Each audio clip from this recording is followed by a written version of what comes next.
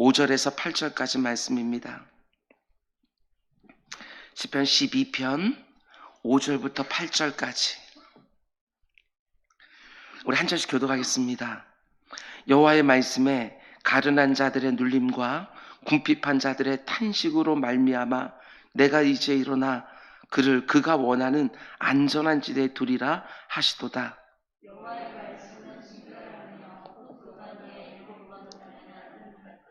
여호와여 그들을 지키사 이 세대로부터 영원까지 보존하시리이다.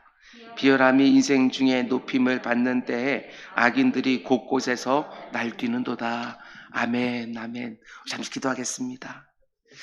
사랑해 주님 너무나도 감사를 드립니다. 우리의 삶의 환경은 언제나 바뀌지만 동일한 자리에서 하루하루를 시작하게 하신 거 저 진정으로 감사를 드립니다. 말씀 붙들고 살게 하여 주시고 그 말씀 한 절 한 절이 우리의 날마다 새로운 기도가 되게 하여 주시고 우리의 삶의 자리에서 늘 하나님의 함께 하심과 응답하심을 보면서 살아가는 우리 모두가 될 수 있도록 인도하여 주시옵소서. 이번 주 토요일부터 교육부서 여름 사역들이 시작이 되어집니다. 여름에 사역을 해야 되지만 상황의 엄중함으로 말미암아 이렇게 미루어졌습니다. 현장과 온라인으로 병행하며 시행하려고 했던 모든 순서들이 이제 온라인으로 지침 가운데 속에 시행이 되어집니다. 주님, 우리들에게 방역과 말씀 교육 두 가지를 다 잡을 수 있는 지혜들을 허락하여 주시고 그 가운데 속에 우리 사랑하는 친구들에게 어떤 방식으로든 하나님의 말씀들이 잘 심겨질 수 있도록 인도하여 주시고 그들의 아버지 하나님 성장하고 성숙하는 가운데 속에 하나님의 말씀이 심겨지는 복된 일들 계속해서 이루어질 수 있도록 인도하여 주시옵소서. 이를 위해 수고하고 있는 우리 부장님들과 우리 교육자들과 우리 교사들 주님께서 함께 붙들어 주시사 그 가운데 속에 하나님께서 예비해 놓으신 모든 것들에 갑절이 시행되어지는 역사가 있도록 주님 인도하여 주시옵소서. 부모들도 함께 할 수 있도록 인도하여 주옵소서. 같이 기도하면서 같이 준비하면서 이 일들을 함께 합력하여 선을 이루어갈 수 있도록 인도하여 주시옵소서. 이 일을 위하여 새벽 기도자들이 깨어서 기도할 수 있도록 인도하여 주시고 다음 세대를 품에 품고 그 가운데 속에 하나님의 부흥의 세대를 기대하는 기도자들의 부르짖음이 꼭 있도록 인도하여 주옵소서. 말씀을 드리려 합니다. 주님께서 부족한 종에게 주셨던 그 은혜들이 사랑하는 백성들에게 온전히 전달되어지는 성령의 교통하심 보게 하여 주옵소서. 이 모든 말씀 예수님의 이름으로 기도드렸습니다. 아멘 아멘. 오늘도 좋은 날인 줄 믿습니다. 오늘도 하나님께서 말씀으로 우리에게 함께 해주실 믿습니다. 오늘은 2021년 은주학교의 6차 온라인 특세 24번째 시간입니다. 오늘 말씀의 제목은 내가 움직이는 것이 아니라 하나님이 옮겨주시는 것입니다. 이런 제목으로 말씀 전하려고 합니다. 오늘 설교 제목이 참 중요합니다. 꼭 마음에 새겨두셔야 됩니다. 자녀들을 대학에 보낼 때도 마찬가지고 첫 직장을 정할 때도 마찬가지고 또한 이직을 고려할 때도 마찬가지입니다. 이사를 갈 때도 마찬가지고 내 인생의 굵직굵직한 것을 결정할 때도 마찬가지입니다. 내가 판단해서 움직이는 것이 아니라 하나님이 옮겨주시는 것이지요. 그때가 성도는 가장 안전합니다. 어제 새벽에 이어서 계속해서 시편 12편 말씀 묵상하려고 합니다. 다윗은 기도를 시작하자마자 1절 맨 앞에서 곧바로 하나님의 도우심을 간구합니다. 여호와여 도우소서. 다윗이 이렇게 곧바로 하나님의 도우심을 구하는 이유는 다른 것이 아니라 그 시대를 바라보며 영적 위기감을 느끼고 있기 때문에 그렇습니다. 경건한 자들과 충실한 자들은 점점 줄어들고 있는데 악인들은 점점 더 많아지고 있는 상황입니다. 경건하고 충실한 의인들은 점점 보기가 힘들어지는데 악인들은 지천에 깔려 있습니다. 눈만 돌려보면 그 가운데 악을 행하는 자들이 넘쳐나는 것이지요. 근데 그 악인들이 의인들을 너무나도 고통스럽게 하는 것입니다. 그런데 그 악인들이 무엇을 가지고 의인들을 고통스럽게 하고 있느냐? 자기들의 말로 거짓말로, 아첨하는 말로, 두 마음을 품은 말로, 자랑이 가득한 교만한 말로 의인들을 고통스럽게 하고 있는 것이지요. 그럼 심지어 뭐라고 말하느냐? 4절. 우리의 혀가 이기리라. 우리의 입술은 우리 것이니 우리를 주관할 자 누구리요? 하나님이 선물로 주신 입과 혀를 가지고 하나님을 영화롭게 하고 이웃들을 복되게 하는 일에 사용하는 것이 아니라 온갖 거짓말과 모함을 쏟아내면서도 내 입 가지고 내가 뭐라고 하든 네가 무슨 상관이냐고 패역한 말까지 쏟아내고 있는 상황입니다. 다윗이 악인들이 자신을 향하여 쏟아내는 거짓말과 모함하는 말을 다 들으면서 너무나도 고통스러운 것이지요. 그래서 기도의 자리에 들어가자마자 여호와여 도우소서, 하나님의 도우심을 간구하는 것입니다. 여러분, 말이라는 게 너무너무 무섭습니다. 사람의 마음을 이렇게 고통스럽게 할 수 있습니다.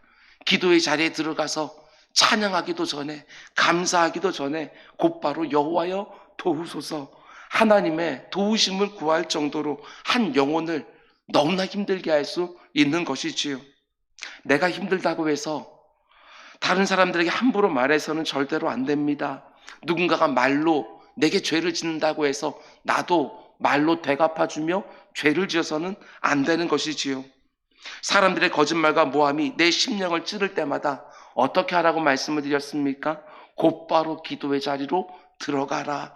그래야 상한 마음도 위로를 받고, 그래야 내가 또 다른 죄도 짓지 않게 되어진다. 여러분, 그런데 다윗이 악인들의 거짓말과 모함을 들으면서 기도의 자리에 들어가 하나님의 도우심을 구할 때 어떤 일이 벌어지느냐?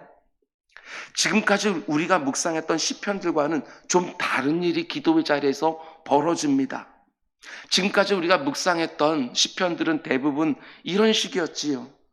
다윗이 상한 마음을 가지고 기도의 자리에 들어갔을 때 그 기도의 자리에서 하나님의 성품을 깨닫기도 하고, 영안이 열리면서 기도의 자리에 들어가기 전에는 보지 못했던 것을 새롭게 보기도 하고, 그러면서 상한 마음이 회복되고 탄식하는 마음이 위로를 받고 하나님의 도우심과 인도하심을 확신하게 되고, 대부분 이런 식이었습니다. 그런데 오늘 본문을 보면 이번에는 하나님이 좀 특별하게 해주십니다.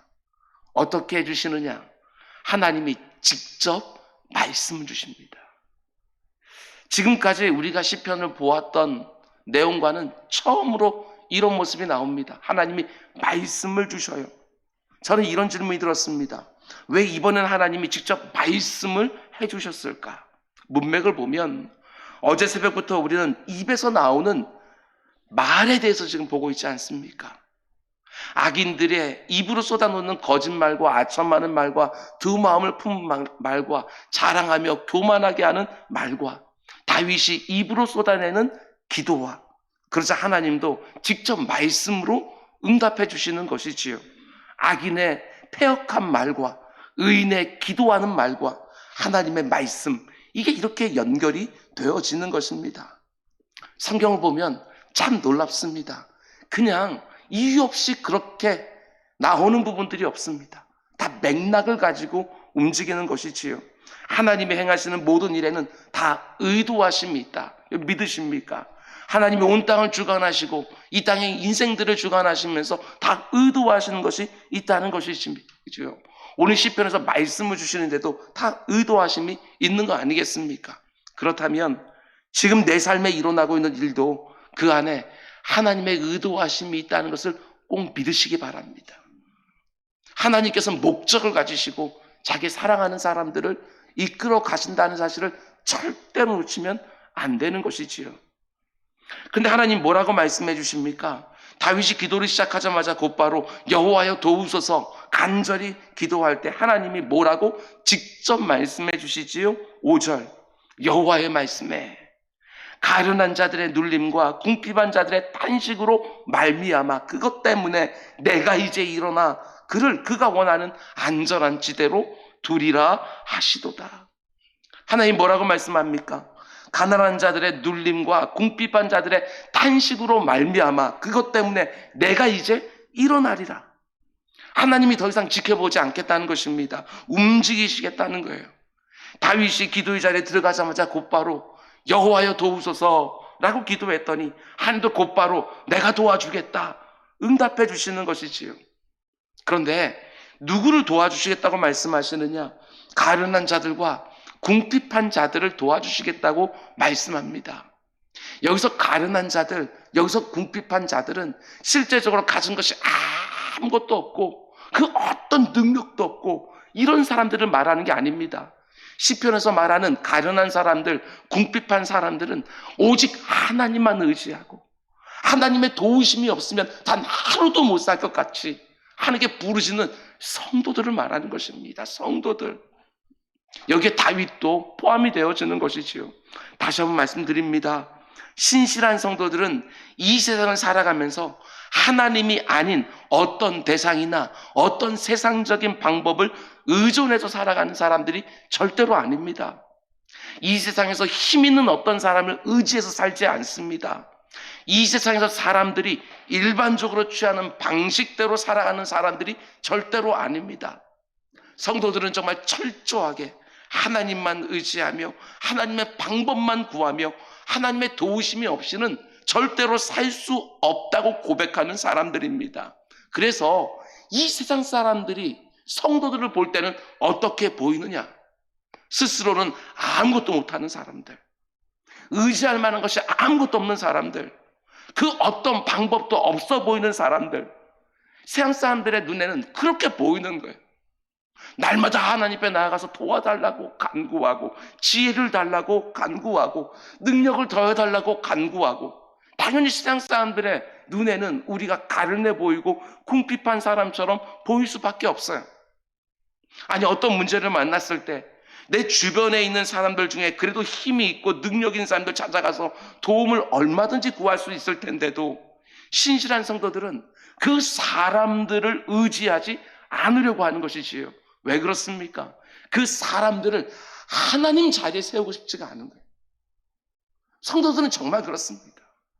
하나님의 도우심과 하나님의 역사를 기대하지 이 땅에 있는 것들로 말미암아 내 삶을 채우려고 하지 않는 사람들이라는 것입니다.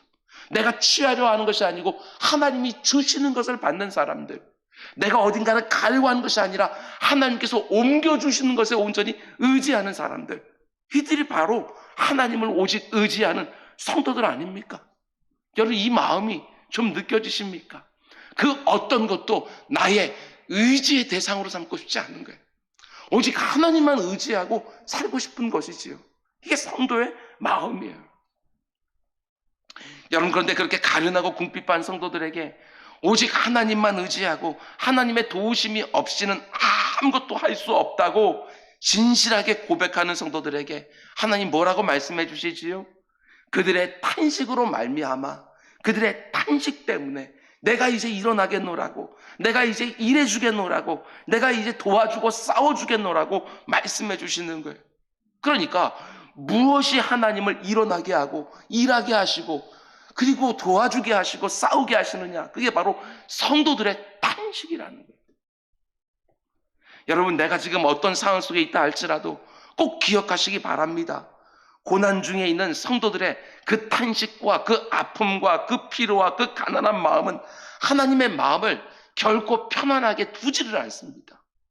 하나님으로 하여금 일어나시게 하고 일하게 하고 도와주게끔 싸워주게끔 만들어준다는 것입니다.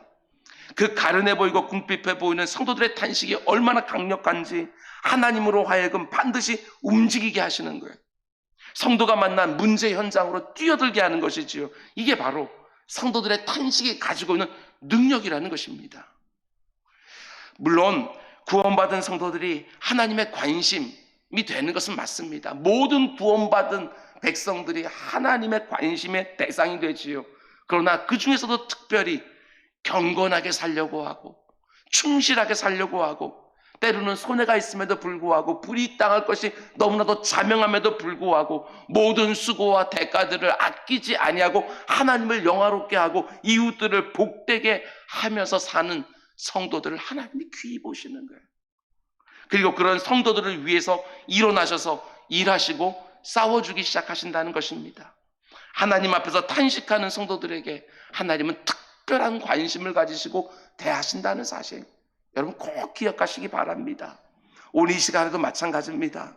여러분과 제가 오직 하나님밖에 의지할 게 없다고, 뭔가 뒤에 다 마련해 놓은 것이 아니라 하나님이 도와주지 않으면 내 인생이 인생대로 사라지질 않는다고 고백하며 하나님 앞에 나아가 여호와여 도우소서 탄식하며 부르실 때 하나님이 어느 순간 쑥 찾아오셔서 말씀해 주시는 것이지요.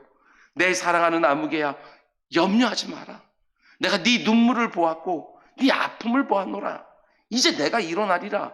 네 탄식으로 인하여 내가 이제 일해주리라. 내가 이제 네 대신 싸워주리라. 기도의 자리에서 나를 위하여 일어나시겠다고 말씀하시는 하나님을 만나는 은혜가 있기를 주님의 이름으로 축원을 드립니다. 여러분, 그런데 하나님이 그렇게 일어나셔서 어떻게 해주신다고 말씀해 주십니까? 5절 뒷부분을 보면 저는 이 말씀이 너무나도 은혜가 됩니다. 내가 이제 일어나 그가 원하는 안전한 지대에 두리라. 온 세상을 둘러봐도 안전해 보이는 곳이 없습니다. 그런데 하나님 뭐라고 말씀하십니까? 그들이 부르짖는 자들이 원하는 그 안전한 곳으로 내가 옮겨주리라. 이렇게 말씀하시는 것이지요. 기도의 자리에 나와 자신의 가련함과 궁핍함을 가지고 탄식하는 성도들이 원하고 기대하는 안전한 자리로 옮겨주신다고 말씀해 주시는 것입니다. 여러분, 이 말씀 하나면 충분하지 않습니까?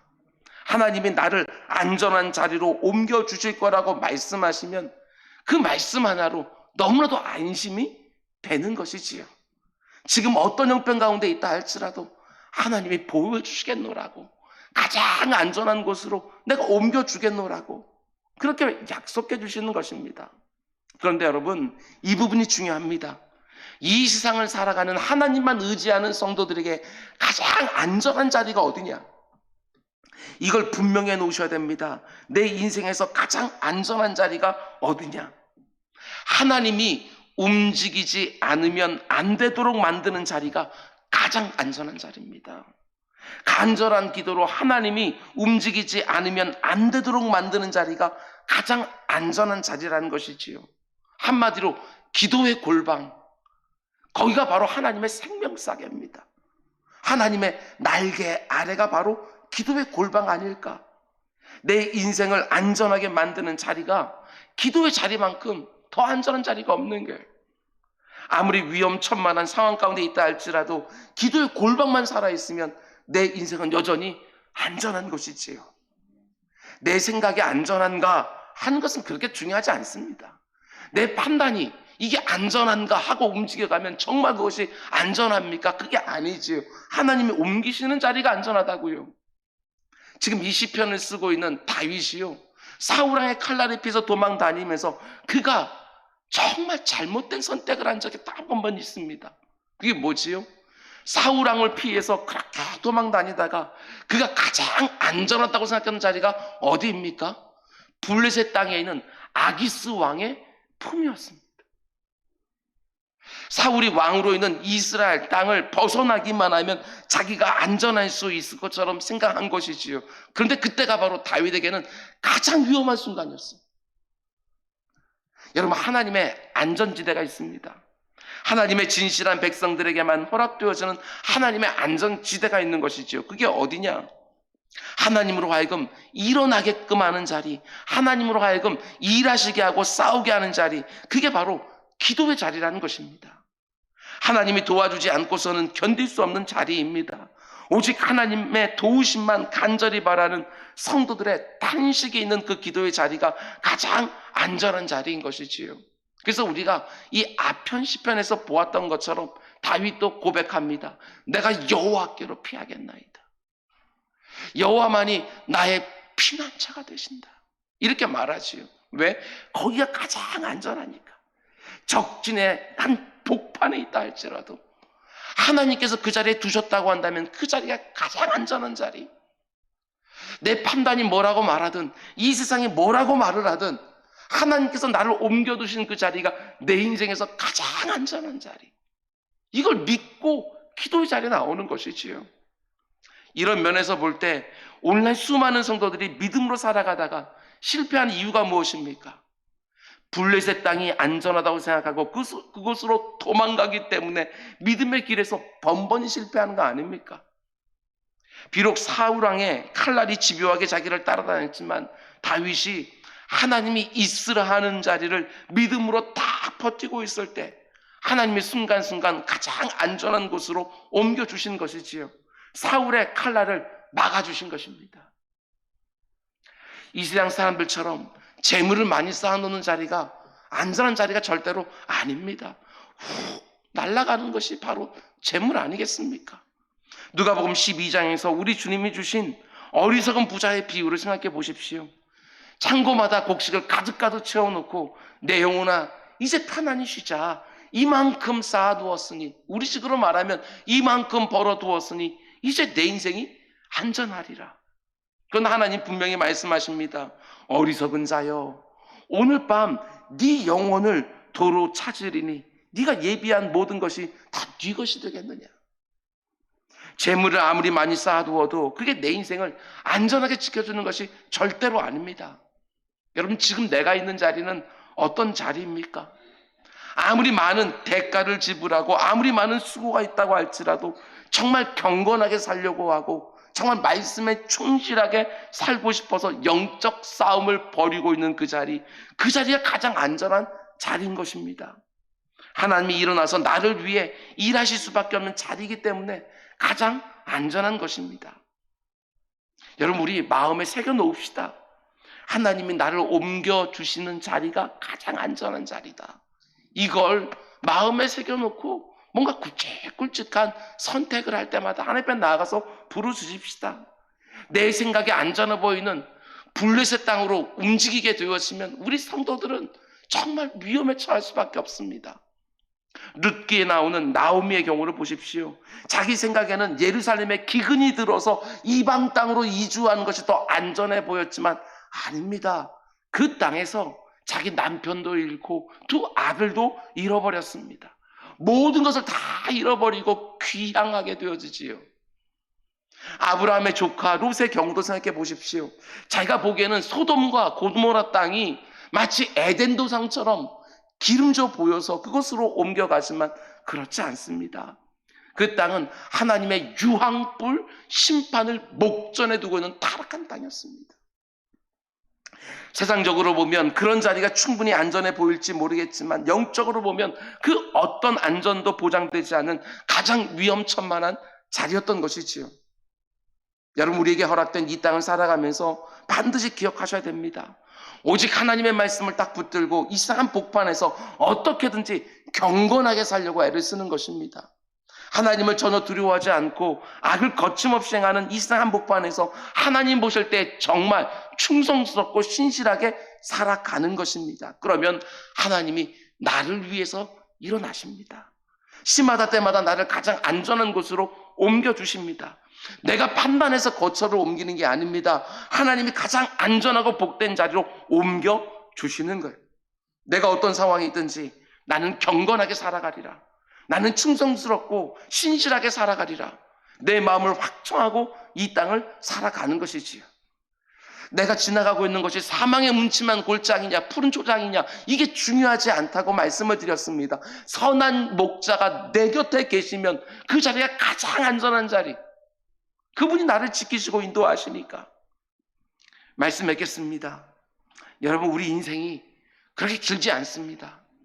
우리 믿음의 선배들이 말해주는 것처럼 그렇게 길지 않을 뿐만 아니라 정말 속히 지나가는 인생 아닙니까? 그 한 번뿐인 이 땅에서의 삶, 하나님을 위해 마음껏 수고할 수 있는 그 한 번의 기회를 여러분 그냥 놓치지 마시기 바랍니다. 하나님이 원하시는 그 경건하고 충실하게 살 수 있는 단 한 번의 기회를 절대로 놓치지 말라는 것입니다. 물론 우리가 살아가는 이 세상이 녹록하지 않습니다. 경건한 자와 충실한 자들은 점점 줄어드는 것 같고 악인들은 점점 더 득세하는 것처럼 보입니다. 온 땅이 다 그들에 의해서 움직여지는 것 같습니다.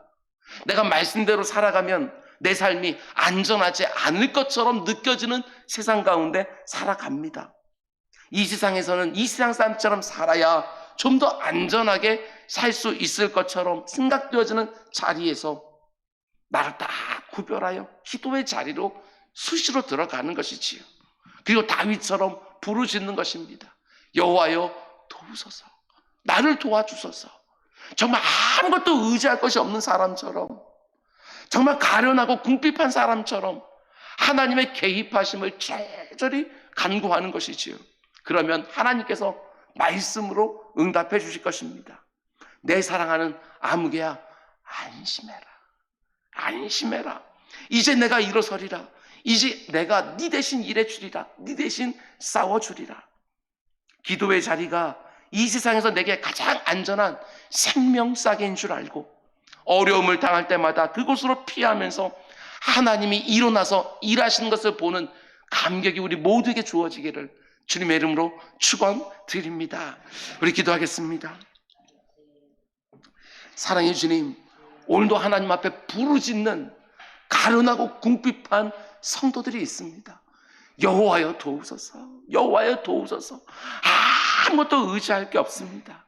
내 손에 아무런 방법도 없습니다. 하나님이 움직여 주셔야 됩니다. 하나님 나를 위해서 일해 주셔야 됩니다. 나를 위해서 싸워 주셔야 됩니다. 부르짖는 성도들의 기도를 외면치 않으시고 우리의 성도들을 가장 안전한 자리로 옮기시면서 그들의 삶을 하나님께서 복되게 할 줄 믿사오니 내 주 아버지 하나님의 놀라운 역사를 보여 주옵소서. 오직 하나님만 바라봅니다. 하나님의 놀라운 도우심만 바라봅니다. 하나님의 공급하심만 바라봅니다. 하나님의 인도하심만 의지합니다. 주님, 우리 사랑하는 주의 백성들이 그 믿음이 부끄럽지 않도록 그의 기도 가운데 역사하여 주옵소서. 이 모든 말씀 예수님의 이름으로 기도드렸습니다. 아멘.